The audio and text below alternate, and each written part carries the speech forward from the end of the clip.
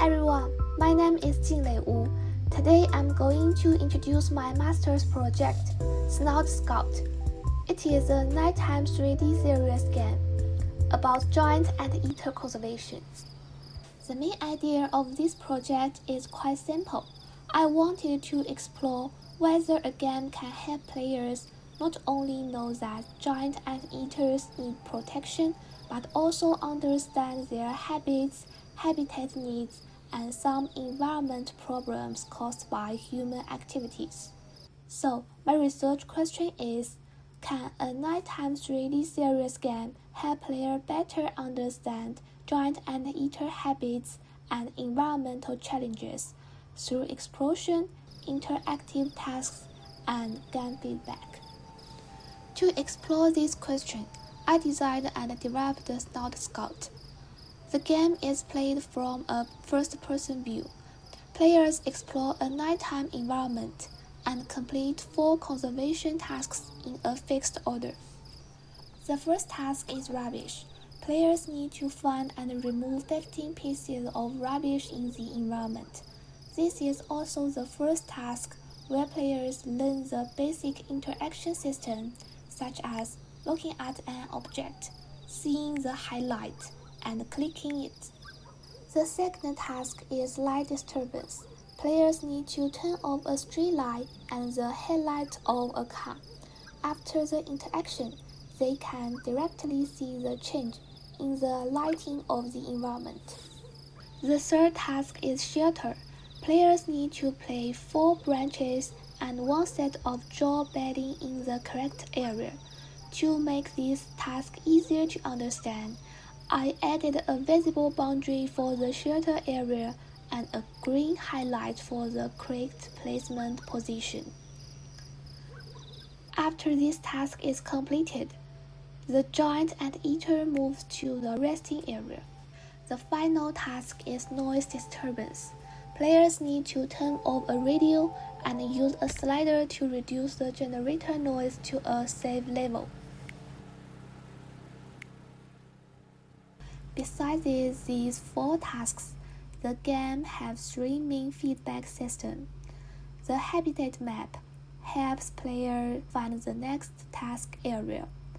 The mood value increases when players complete each task. The fact file unlocks a sticker and some short conservation information after each task. Together, this system creates a simple learning process. Find a problem, take an action, see the result, and understand why the action matters. For the visual style, I used a low-poly nighttime environment with hand-drawn UI elements. The night setting is mainly used to make lighting, sound, and explosion more noticeable. It doesn't mean that giant anteaters are strictly nocturnal animals. To evaluate the prototype, I carried out remote user testing and collected 9 valid questionnaire responses.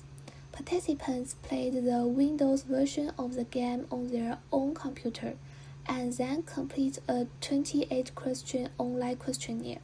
The results were generally positive. Participants report an average familiarity with giant anteater of 2.44 out of 5 before playing and 4.0 after playing. They also gave positive rating for their understanding of giant anteater behavior, habitat needs, human impacts, and conservation awareness. For the game systems, the conservation tasks, habitat map, task feedback, and environmental exploration were also rated positively. The mood value received a slightly lower score, which suggested that this system could be improved in the future. Out of the 9 participants, 7 completed all 4 tasks. However, because the sample size was small and the testing was done remotely, these results should only be seen as preliminary finding. They cannot prove long-term learning or behavior change. Overall, Snout Scout explores one way of turning conservation knowledge into player actions. The main idea is to let players discover a problem, do something about it, see the feedback, and then understand the conservation meanings behind it. The early results suggest that this kind of interaction experience has potential to support short-term understanding and conservation awareness.